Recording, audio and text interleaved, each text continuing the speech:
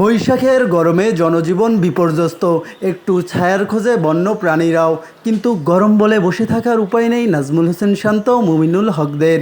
সামনেই শ্রীলঙ্কা সিরিজ, তাই গরম উপেক্ষা করে চলছে ক্রিকেটারদের ম্যাচ অনুশীলন। নাইম হাসানকে রিভার্স সুইপ করতে গিয়ে এলবিডব্লিউ শান্ত। আম্পায়ারের সিদ্ধান্ত যেন মানতেই পারছিলেন না বাংলাদেশের টেস্ট কাপ্তান। যেন বিশ্বাসই করতে পারছিলেন না রিভার্স সুইপটা তিনি ঠিকঠাক মারতে পারেননি। তবে এর আগে দুর্দান্ত ব্যাটিং করেছেন, খেলেছেন একের পর এক দারুণ সব শট।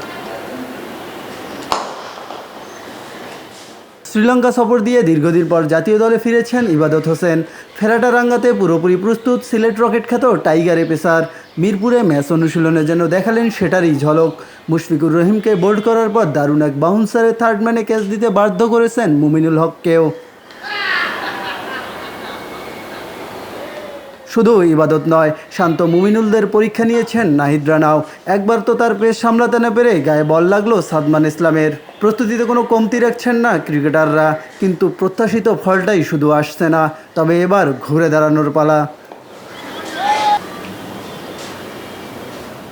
মাজিদুল ইসলাম মাসুদ, ডেইলি ক্রিকেট।